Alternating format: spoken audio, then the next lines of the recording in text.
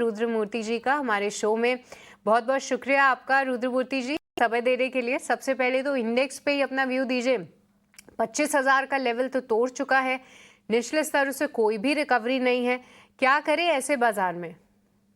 सृष्टि 25,000 support Nifty spot पर बहुत important था और क्लोजिंग बेसिस में if we close below the 25,000 level on Nifty which is most likely definitely today market is giving a sign that for short term definitely there is weakness. Also we have to keep in mind that one side macro news like tariff और एक और चीज है कि important results like your Reliance Industries coming and lot of banks are also coming out with result and we don't know what will happen. Axis का results which came yesterday was a howler. Morning भी मैं ET now English में यही कहा था कि gap down open पर we don't buy Axis Bank, still it will fall. And for me Axis Bank can still fall another 5% from here. It might take 1 or 2 days. Don't do still any bottom fishing. Wait for these results to come out today and tomorrow, and Monday you can take a fresh call. But definitely long positions has to be trimmed, leverage has to be trimmed, and you have to sit on the sidelines because market is trading comfortably below 25,000.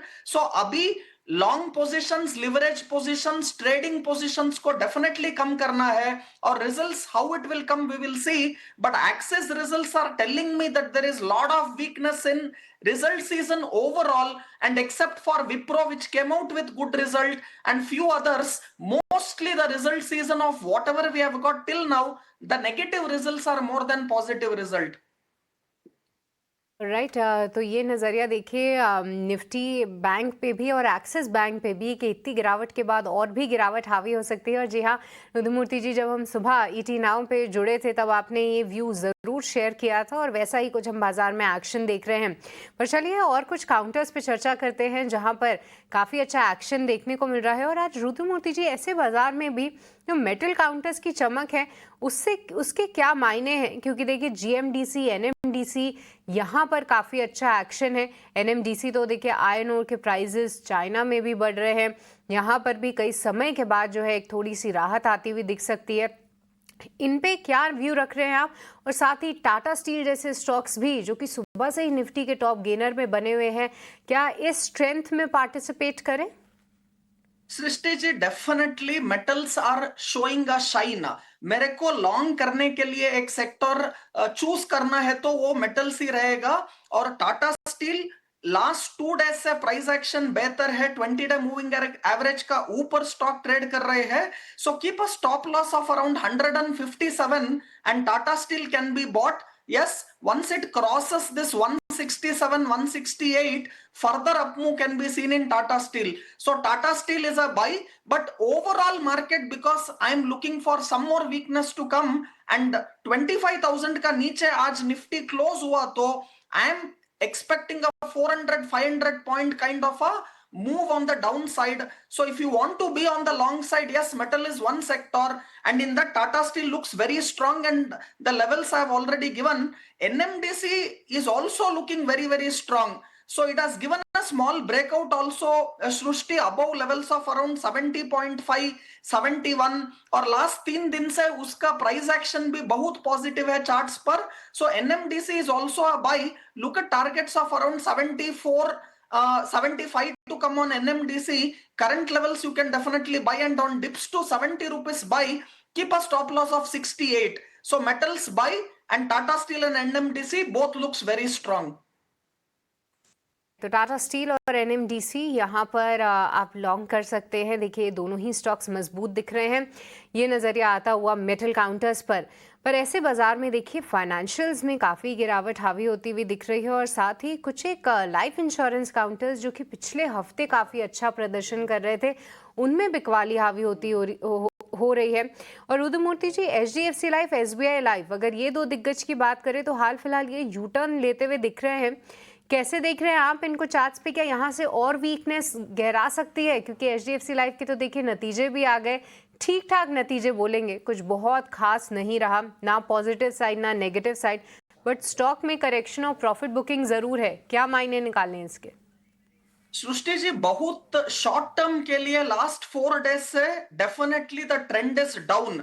Never catch a falling knife, let it settle down, let it do some time wise consolidation, sideway trend भी आना है. बाद में I will look at buying HDFC Life. No doubt, strong company, but for very short term, the trend is down. Let the selling get over before you buy. And 740 is a very, very strong support. But I'm not sure whether 740 will hold or not. Let market confirm that.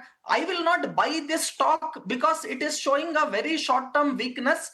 But definitely, this is not a stock to short. But if I have to buy, wait for levels closer to that 700, or let it make a bottom formation, hold the support of 740, and then you can buy.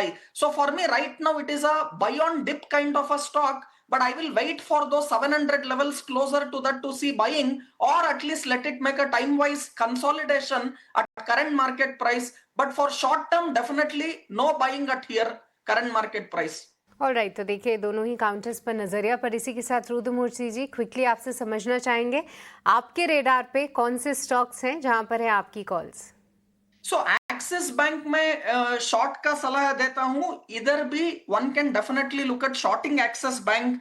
Target of 1060 to come and stop loss of 1130 in futures. So Axis really looks weak and the selling will continue for 2-3 more days even in the next week.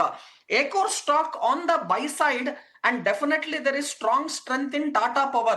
Tata Power, if you get it on any dips to levels closer to that 405, 406, definitely Tata Power looks strong. Keep a tight stop loss of 400 and look at targets of around 425 to come. So buy on Tata Power, sell on Axis Bank.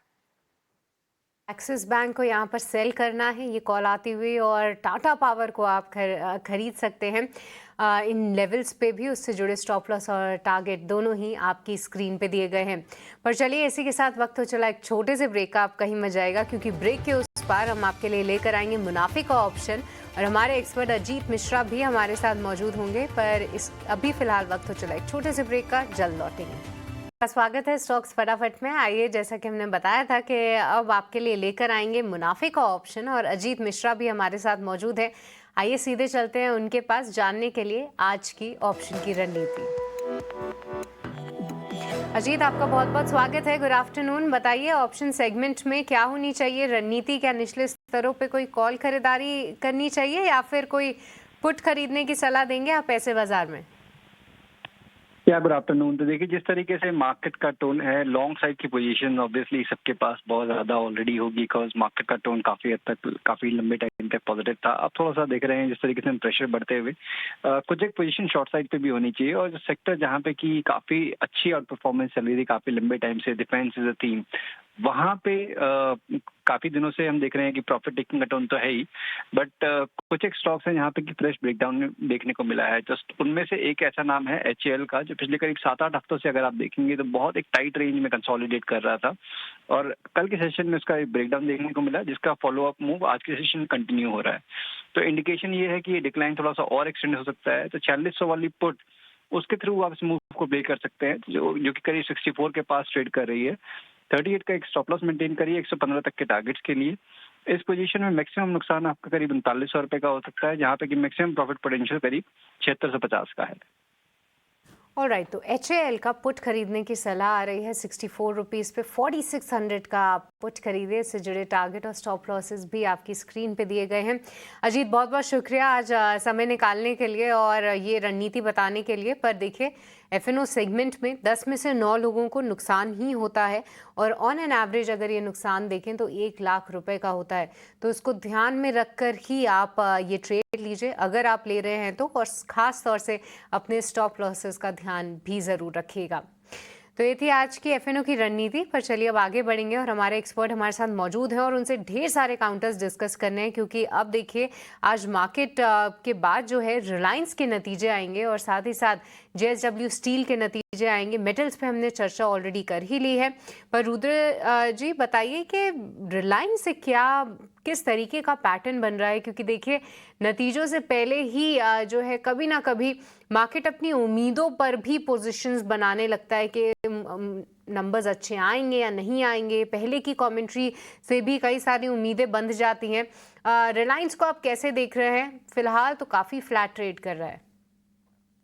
Srishti ji, पहला 1450 1460 बहुत important support है रिलायंस पर, और currently stock is trading closer to that 1450 1460 level. So purely based on the chart pattern and expectation of the numbers, yes, Reliance might come with inline kind of an expectation, and 1450 1460 is a strong support. You may not see any big move either side in terms of Reliance, but however, if you see banks, especially private banks, especially even stocks like, for example, Axis Bank, ICICI Bank, they are looking very, very weak. Even PSU banks में थोड़ा shorting अभी visible है, and that is also not a good sign. So today I am changing my view completely from buy on dips to sell on rise if we don't hold on to that 25,000 level. और Nifty spot अभी 24,955 है. So we are already around 45-50 points below that strong support.